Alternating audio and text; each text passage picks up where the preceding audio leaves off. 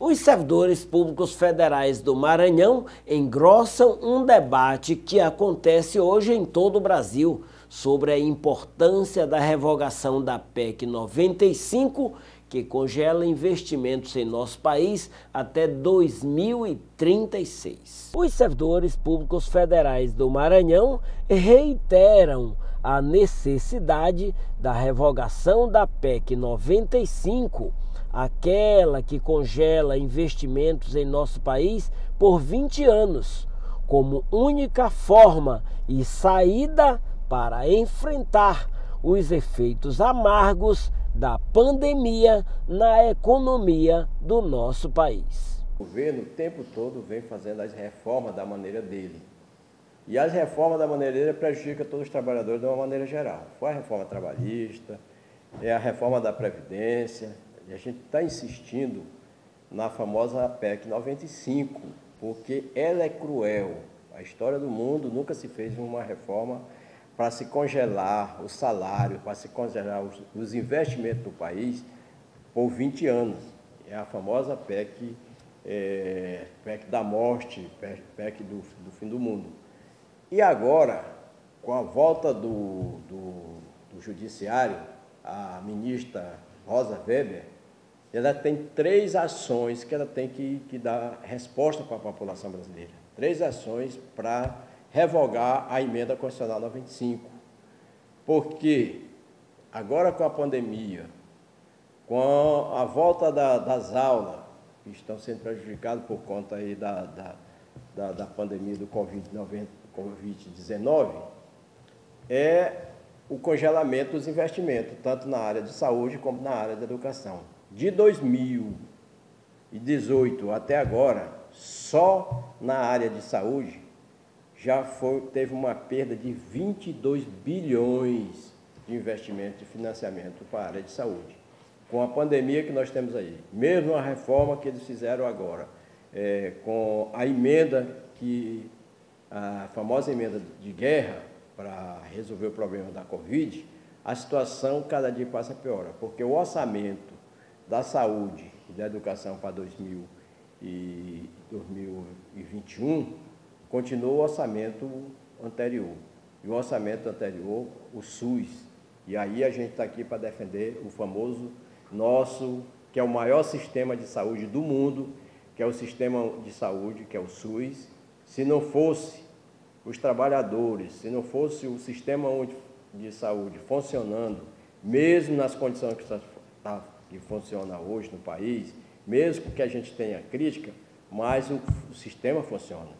Os atendimentos do Covid-19 é nos hospitais públicos, é nos estados, é nos municípios. A verba que foi da emenda, da emenda de guerra, que é para a pandemia do Covid-19, o governo não fez nenhum investimento ainda suficiente para manter funcionando o sistema de saúde. Os estados, os municípios, que são mais prejudicados nesse momento. Você vê o nosso estado hoje, está no quadro azul, mas o investimento maior foi do próprio estado. Então, nossa luta, a luta dos trabalhadores, da população brasileira, é que nós temos que fortalecer o SUS para resolver o problema da pandemia do Covid-19. O governo teve 40 bilhões autorizados para usar no combate contra o coronavírus, mas o governo não gastou nem 30% desse valor. O resultado é que o Brasil está chegando à casa dos 95 mil óbitos. Só das emendas parlamentares foi destinado 15 bilhões. Está lá alocado para os estados e municípios. O sistema filantrópico foi destinado 2 bilhões para o Brasil inteiro, o sistema filantrópico recebe. Então, todo o sistema tem que funcionar. O problema é que o governo fica o tempo todo fazendo contenção de gasto. E baseado justamente na emenda constitucional 95, porque o congelamento é por 20 anos, quer dizer, O orçamento do governo, da maneira que está sendo posto, e a emenda só vai dar uma abertura para fazer um investimento no país em 2036. E aí a população não pode mais, não aguenta mais o que está. O desemprego aumentando, já vinha antes da pandemia, o desemprego já era alto. Imagine agora com a pandemia o desemprego aumentou muito mais. Por exemplo, o pequeno e médio empresário não tem as mínimas condições de voltar a funcionar os seus investimentos, porque o governo não está dando as condições. Nós temos que ter um olhar também, além da pandemia, nós temos que ter um olhar também para a população desempregada. A fome está aumentando, o pequeno empresário não tem condição de voltar, porque o pequeno e médio empresário é quem admite vários trabalhadores, quem dá emprego para vários trabalhadores. O governo tem que ter uma política, e aí é importante a gente fazer grandes mobilizações nesse país, para forçar o governo a liberar as verbas que estão lá, liberado pelo Congresso, liberado pela Câmara de Deputados, para os estados, para os municípios. Então, essa é a nossa luta. E, além do mais, também o salário dos servidores. O emergencial que o governo, que não foi a ideia do governo, vocês lembram que o governo dizia que ia liberar somente R$200 para a população, o emergencial. Foi um esforço muito grande do Congresso, dos deputados e senadores, colocar no orçamento lá R$600. E o governo já tem um tempo limitado de acabar com essa verba emergencial.